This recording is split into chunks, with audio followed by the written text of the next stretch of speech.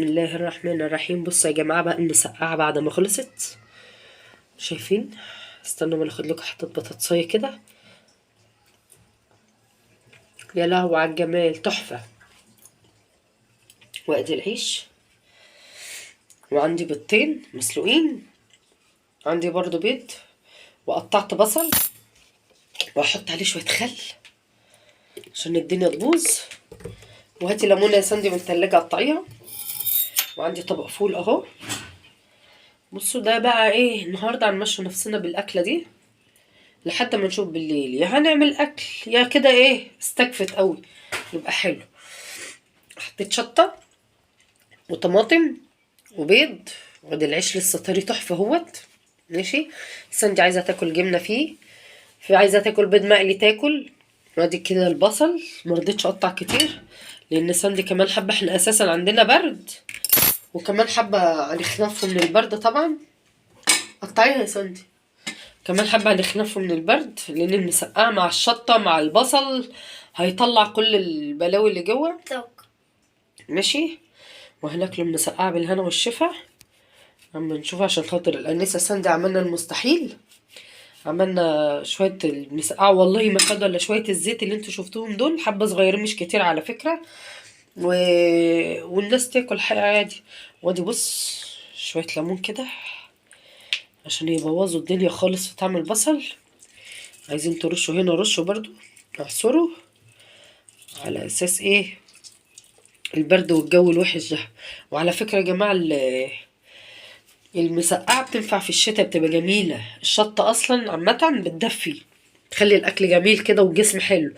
فكلوا برضو الحاجات المشطشطه، اللي يقدر ياكل حاجات مشطشطه ياكل لانها اساسا بتبقى جميله بعد كده في الجو اللي جاي ده، جو وحش والبرد. ويا ريت اللي يكون عنده برد، عشان انا بقالي شهرين عندي برد مش راضي يروح مني. حاولوا تاكلوا ليمون وبصل. الدكتور كان قايل على النت اللي يجيله يبدأ حاسس ان في البرد هيبدأ يمسك فيه، تحطي البصلايه في بقك وتقفلي بقك عليها شويه وتسيبها حبه لحد ما تحسي ان في صهد كده او حرقان بيبدأ يطلع من مناخيرك من الجيوب الانفيه نفسها. ساعتها هتعرفوا ان ايه، ان البرد كده ان شاء الله مش هيطول معاكم. انما انتوا لو سبتوا نفسكم زيي هتلاقوا نفسكم الدنيا بايظه.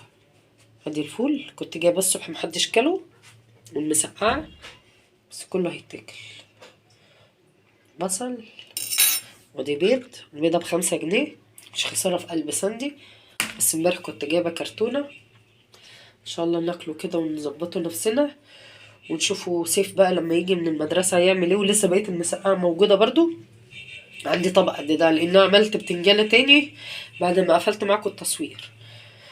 فربنا يسهل حلو بالهنا والشفا عشان خاطر الابله سندي تاكل. وسندي دلوقتي هتبدا ارسلها الاكل على الصينيه يا اما على السفره وتقعد تاكل بقى. اما نشوفوا طعم سندي بقى هتعمل ايه بعد الاكل، او ممكن اصورها لكم وهي بتاكل عشان نشوفوا العقاب بتاعها. وكل ما اعاقب عيالي هحط لهم شطه، بس للاسف ان هم بيحبوا الشطه اتعودوا عليها زيي.